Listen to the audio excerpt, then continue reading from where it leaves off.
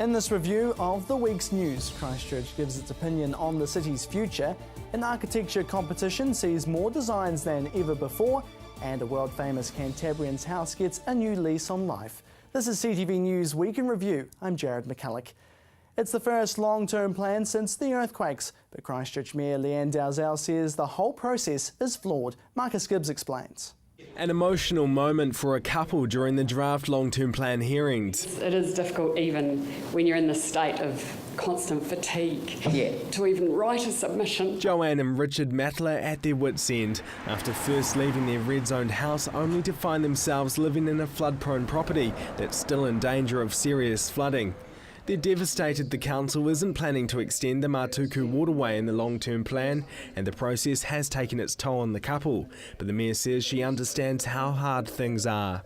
The city is in a state of fatigue. I totally understand and get where you're coming from. The long-term plan is a 10-year document explaining the council's plans for the next decade and how it will pay for things.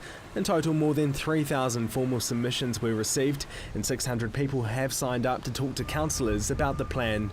The mayor admitting this week the LTP isn't what the city needs right now. Nobody wants to put people through a process like this, but this is our process for long-term plans. I promise you, if I run for mayor again, this will never happen this way again. She says the LTP process needs to be completely redesigned. We will have a much more personalised approach to dealing with people who want to raise specific issues as part of a planning process. The City Council has been overwhelmed by the community's response with thousands of submissions. There's lots to consider, and if the LTP is rejigged, things should be easier for submitters in the future. I genuinely believe it should be a community planning process and not a sort of a top-down process. So, I'd like to think that it will be better next time. Making things easier for a community still feeling the roll-on effects of earthquakes. Marcus Gibbs, CTV News. Could the new Metro Sports Centre be run by the YMCA? That's exactly what the community organisation wants to do. Here's Marcus Gibbs. The Metro Sports Facility. It's a $217 million project designed to be a fantastic asset for the city, a central city hub, a world-class facility, and one that will attract national athletes and international events. And the YMCA is lining up to take charge once it's built. The YMCA would obviously be very interested in potentially being part of the conversation around running that facility. For supporters of the facility, a crushing blow was dealt last week when the government announced the facility has been pushed back to 2020. That means there won't be a 50-metre swimming pool in Christchurch for another 4.5 years. That's not quite as soon as most people were expecting after hearing the Earthquake Recovery Minister talk about the project nearly 2 years ago. Back then it was expected the facility would open in the middle of next year. So for those who sort of say, well, you shouldn't be doing this quite so quick, there's other things to be done, we are doing those other things and we can demonstrate how quickly those are coming along. But we do have to plan. This will take a number of years to build, but it will be world class. It'll be quite unique in New Zealand. Despite the 3-year delay, the Christchurch City Council is pumping $147 million into the project, and the Crown's adding an additional $70 million. The YMCA wants there to be an open tender process for the facilities management once it's complete. Our expertise is in facility management, particularly for community good. I think that's really aligned with what the council wants to achieve with the Metro facility. The new facility is the council's answer to calls for a QE2 replacement. It will boast a 50-metre 10-lane competition pool, as well as dive and leisure pools. It will include an indoor stadium featuring 8 indoor courts, with seating for up to 2,800 people.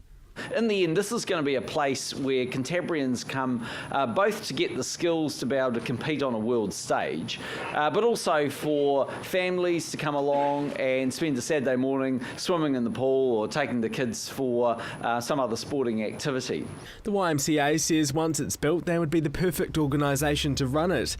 They believe they'll be able to keep costs down.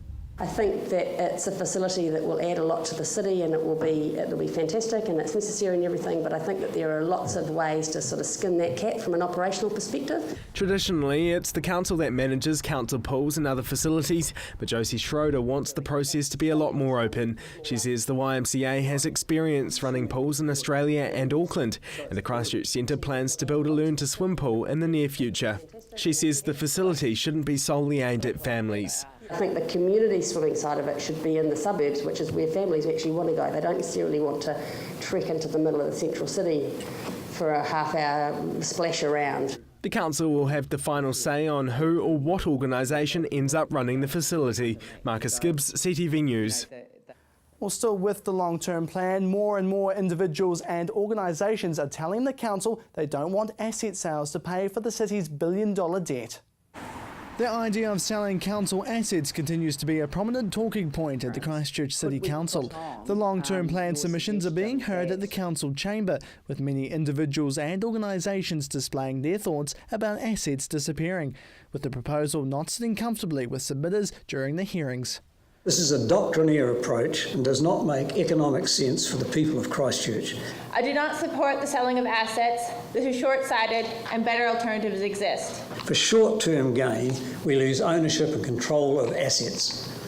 And indeed, I just see the benefits of the assets we have leaking away from the city, away from the area, away from the country. It seems premature then to be selling assets to fund an ambitious capital spending program which the council itself admits that it doesn't know whether it can deliver on. Last week, Green List MP Eugenie Sage was not supporting the plan for sales. We think the council is being quite hasty in proposing to sell $750 million of its assets in year one of the plan, given the considerable uncertainty about the council's financial position. And the former Deputy Prime Minister and Christchurch Cathedral rebuild advocate Jim Anderton is also against the proposal, hoping the council will listen. I must say I've always thought that if selling assets was the answer, it must have been a stupid question. Now the New Zealand Public Service Association has jumped on board, saying they too disagree with the proposed asset sales involving chunks of the Christchurch International Airport, Orion and Littleton Port being sold. The council should not sell assets. The PSA considers that the privatisation should not go ahead and believe that if there was a lengthy consultation process that took place with members of the public and the community, then that would come back with its own answer that the assets should not be sold. The Christchurch City Council is dealing with a $1.2 billion shortfall.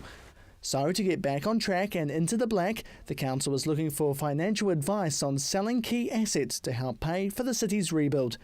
The PSA is the largest trade union in New Zealand, with near to 6,000 workers throughout the Canterbury region. They say if the idea went ahead, it wouldn't help the city and community in the long run. The costs to the whole community for an asset that had been sold outside of the council's authority increased dramatically.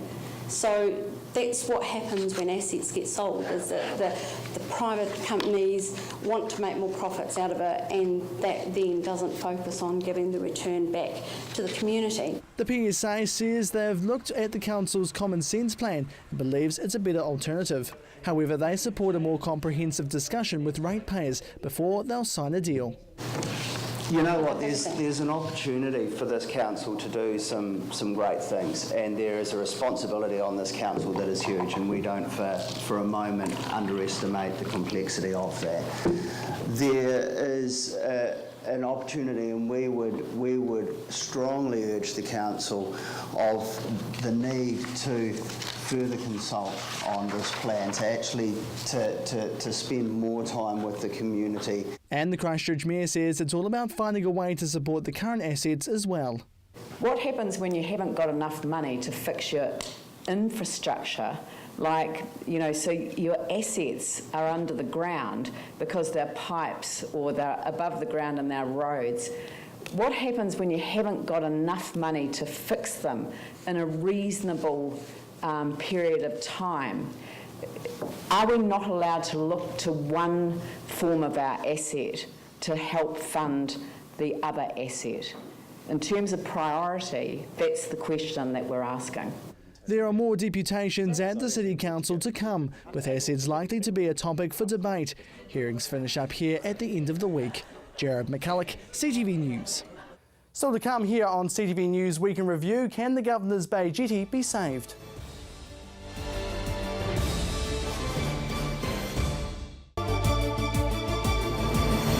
When you need to know what's happening in your region of Canterbury, join me, Chris Lynch, for CTV News First at 5, weeknights from 5, right here on your local channel, CTV.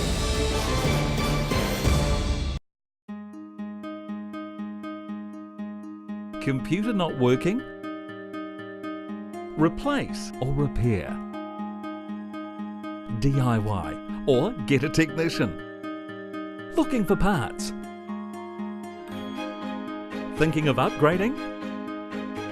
Need accessories? You've got questions, we've got answers. Global PC.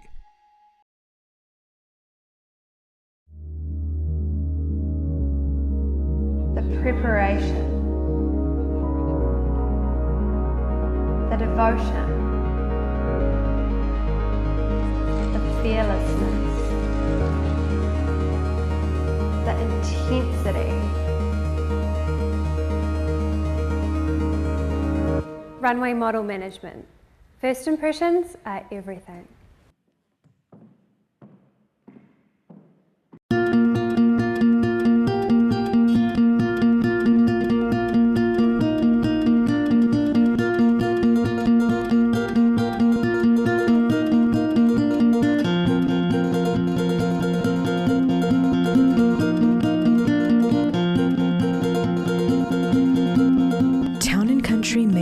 Interiors, made with care, made for you.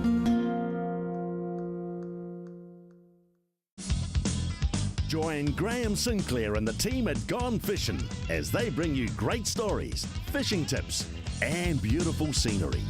Gone Fishing, Friday night at 8:30, right here on CTV. Welcome back. A Governor's Bay Trust has told the council how its century-old jetty can be saved for less money than thought. Damaged and in desperate need of repair, the historic Governor's Bay jetty stands broken and torn. But the tides are changing, with a local business owner asking for assistance to restore the landmark from the Christchurch City Council. A petition with over 750 signatures accompanied this submission to the council's long-term plan. But they're not leaving it all up to the council. They've come up with a way to help fundraise for the repairs as well. I feel that we've got a really extraordinary, actually, bunch of people behind the project to support the jetty rebuild. And it's quite rare to get that many talented, passionate and skilled people together. So I know that we can pull it off if we have the council's backing. For every dollar that the trust raises, they'll want the council to fork out $1.50. And it's only been recently they've got an idea of how much it's likely to cost, around $3.2 million. And a spokesperson for the trust wanting to save the jetty spoke to me on CTV News and says after the structural report was issued, they got to work. The council did a really thorough investigation of it, and 53 piles had to be replaced. They were deemed in imminent danger of collapsing. And I guess they're 100% right, because about a month ago, 2 piles actually collapsed within a week of each other in storms. From there, the trust was formed and action to save the jetty began. So we held a public meeting, which was really well attended, and out of that we formed the trust. And the basis of the submission to council is that it's really worthwhile maintaining this facility. We would like to partner with the council, not only with a cost sharing, but also with a skill sharing, because there's a lot of skills in the bay that we can use. Engineering skills, civil engineering skills, logistics, transport, technology, and we hope that by partnering with the council using innovative construction methods, we can bring the cost down. Suzanne Johnson from She Cafe says tourists play a major part in the bay, attracting travellers from here and overseas. So we actually get a lot of people inquiring about the jetty, not just locals that want it kept and reopened. We I would be absolutely happy to do a survey on that because it's phenomenal the amount of people we get each week, domestic tourism, so from people from Christchurch, but also from around the country. Prior to the earthquake, Johnson says the community have come up with a way to help fund the jetty, hosting events to get the money. And Jackson believes it's an important historic gem to be saved. It's iconic, it's always been there, and we can't imagine not having it. And the Mayor Leanne Dalzell likes the idea of the cost-sharing agreement as well. I'm prepared to help the Governor's Bay Jetty Restoration Trust raise funds and or practical help if we're able to secure a partnership with the Council to restore the jetty. Yes. Great news. Now it's just a matter of time to see if the jetty will be used once again. Jared McCulloch, CTV News. With more need for housing in Christchurch, more architectural designs are entering the residential mix. Colour and creativity shines here in Christchurch, with this room filled with regional competitors for this year's Architectural Design Awards.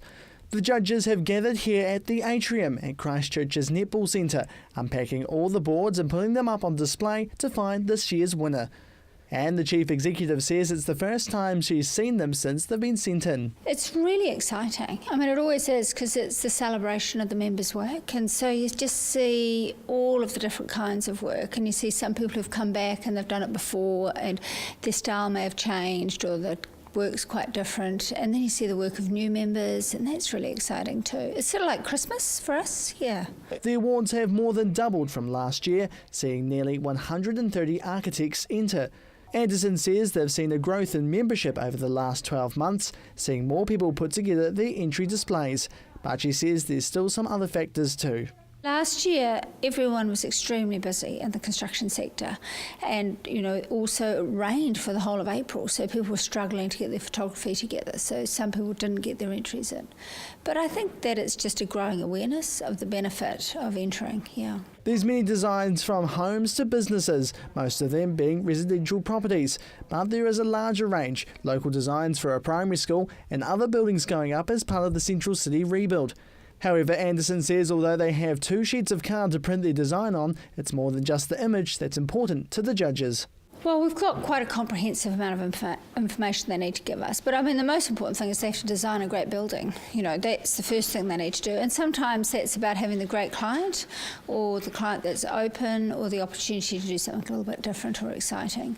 But in the end, it's delivering what the client wants. A great home or a great commercial building that delivers what the client wants is usually the award-winning.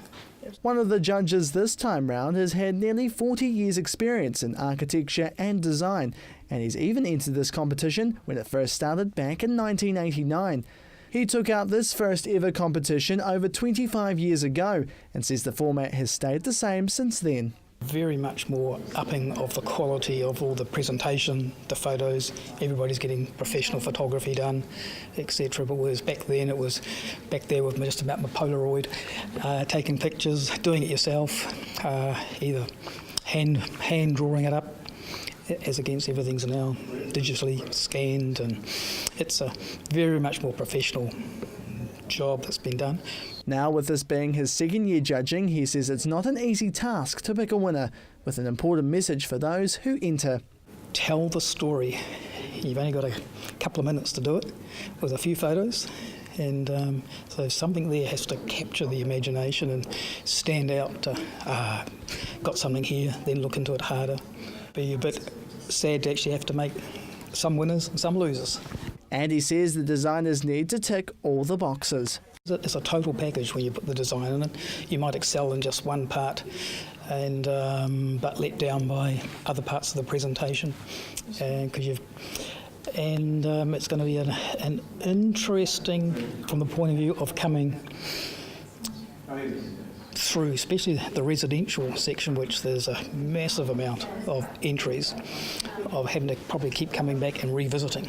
You'll be looking for one that gazumps the next one, but then, it doesn't. So I can see that happening all afternoon for the next 3 days.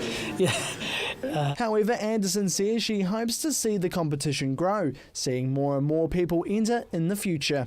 I think the different categories grow. We're quite, the ADNZ Design Awards are quite distinctive in that we don't have a sustainability award, and that it's part of the judging criteria. So if it's not sustainable, it's not going to win something. So that's sort of a basic for the awards here.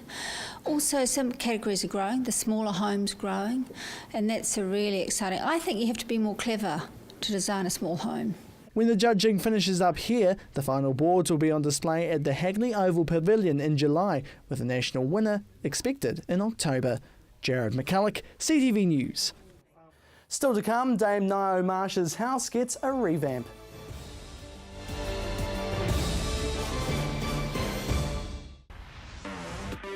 With all the latest innovations in the world of technology, Shift has everything you need to stay informed and in the know. Shift, 2:15 on Monday, right here on CTV.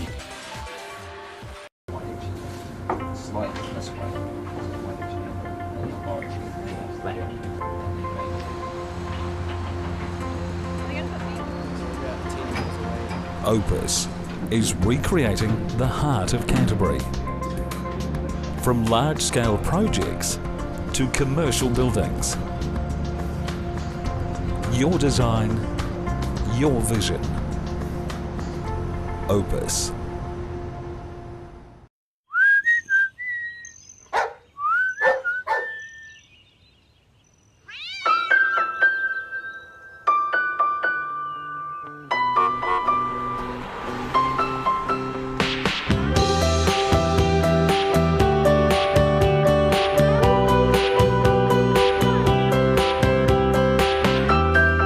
Colour in your life. Colour Steel, the roof of New Zealand.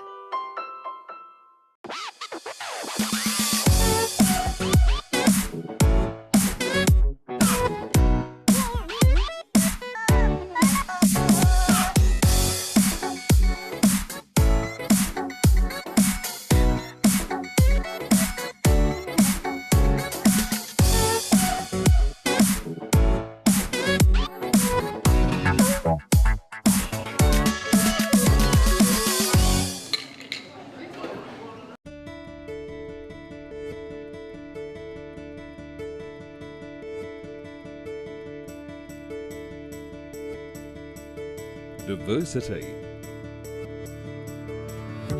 No deposit. Instant finance. Convenience. Open 7 days. Austin Motor Company. Drive It showcases the new arrivals to the motoring world, comparing and testing the latest models to discover which one is the best. Drive It, Sunday afternoons at 2:30, only on CTV. Welcome back. She was known as one of the queens of crime, but the house of novelist Dame Ngaio Marsh is probably the least known aspect of this famous Cantabrian. This historic gem, tucked away in the hills of Kashmir, plays a big part in Christchurch's history, home to a New Zealand icon. A small team of volunteers are helping move the late Dame's possessions back into the now fixed-up studio, closed earlier this year due to flooding. So we had to move things to prevent them getting damaged by damp. We had a team from Heritage New Zealand who came and helped us move everything up. And we've had the problem fixed and we're moving it all down again now. The house was built back in 1904, where Dame Marsh lived there until she passed away over 30 years ago. She was known as the Queen of Crime, publishing many books at this Christchurch property, but there have been some issues with stormwater drainage, causing the lower level of the house to flood twice. We thought we'd fixed all of the problems, but there was some very heavy flooding in early March, some really unusually heavy rain, and something else came up. So yeah, we've just had to deal with fixing that. So all the belongings were taken from the studio and moved into a rental property at the back of the section, which also helps with funding for the historic home. Money is generated through the flat, donations and property tours, currently open for viewing through appointment only. But although the studio is fixed up, they still have other problems on their hands. There's ongoing maintenance issues, particularly the roof we've found out is quite in a bad state, so it needs to be probably repaired or replaced. We'll probably have to fundraise. It's pretty much fair wear and tear, I think. So yeah, it's going to be a very big cost coming up for the Trust.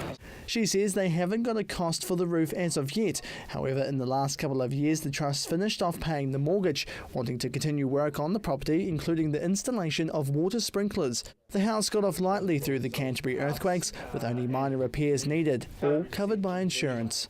Well, the two main things that occurred in the earthquakes were the collapse of the two chimneys, which have been removed. There was damage to the original fireplace, and that's been repaired. So the impact of the earthquakes has been minimal in terms of the long-term conservation. But when Lockheed heard about the flooding, it came as a surprise. It was a bit of a shock, but it was also relief because members of the Friends had got onto the problem very early on. Materials that were vulnerable had been moved out of the way. So while there was a little bit of damage to some of the books, very little of it has been irreparable, and so we've got away very lightly, considering the seriousness of the problem. He says the house plays an historic part in Christchurch's heritage and is significant to the people of the city. I think it's really important that people of Christchurch discover the Ngaio Marsh House, because we've got a wonderful piece of Christchurch's heritage still intact when so much other heritage in the city has been lost, and I think people will be absolutely delighted to discover or indeed rediscover the Ngaio Marsh House. The Trust is hoping to see more visitors to this Canterbury treasure, with hopes to gather more funding to keep the house up to scratch for years to come. Jared McCulloch, CTV News. The RSA is outraged and a local city councillor is calling for action. Vandals have once again struck the New Brighton War Memorial. Marcus Gibbs reports. A memorial desecrated. New Brighton's War Memorial coated in another layer of paint. Bloody angry. I was bloody angry that someone would actually do this. The local Christchurch City Councillor not amused. Absolutely appalling, disgusting, outrageous. Community members not happy with the vandalism either. It's terrible. It's cleaned up one day and it's back the next. It's absolutely appalling. I think it's absolutely terrible. Lock them up. The memorial, library and pier walls were all hit by a vandal with a spray can on Saturday night. A water blasting to this wall soon saw the tagging reduced to a reddish stain, but as the memorial is a heritage site, it's harder to remove. The sad thing is, this isn't the first attack. The smudged paint seen here is several years old, soaked into the porous limestone. With the processes we've been using, it's actually served to bleach it and deteriorate the stone. So that's why it's proved so hard to remove. Because of the porosity of the stone, it can't be removed. You can't get a water blaster in there without damaging it to remove the graffiti. The Christchurch City Council says contractors will try to remove the fresh graffiti today. The council is researching products and techniques in an attempt to completely remove the stains. But as the stone is fragile in places, it won't be an easy job. To the RSA, memorials like this one are special places. They are how we left in New Zealand show our respect and our honour for those people that served. The local RSA is proposing to completely rebuild the memorial to remove the graffiti once and for all. It may have to be pulled down and rebuilt, and that's a lot of money. We've had a stonemason look at it, and he was talking $20,000 at least. And a local city councillor is supporting the idea. The graffiti has to go. Now, if the RSA is saying it has to be replaced, that's probably a good option. Glenn Livingston is planning a meeting between councillors and the RSA to discuss their next move. It's a big picture move that we have to make. We have to sit down with the RSA. In the meantime, a security system has been put in place across the road to stamp out any future tagging on site. It features night vision cameras which are solar powered and motion activated. Once triggered, it sounds sirens and strobe lights. It's sure to deter vandals. We want it right out here in the thick of it so these guys can see it and get scared off. And as to what should happen to the vandals if they are caught? Well, some of our older members might take matters in their own hands if they could catch them. Now that would be a good lesson. Marcus Gibbs, CTV News. And that is CTV News Week in Review. I'm Jared McCulloch. Have a fantastic weekend.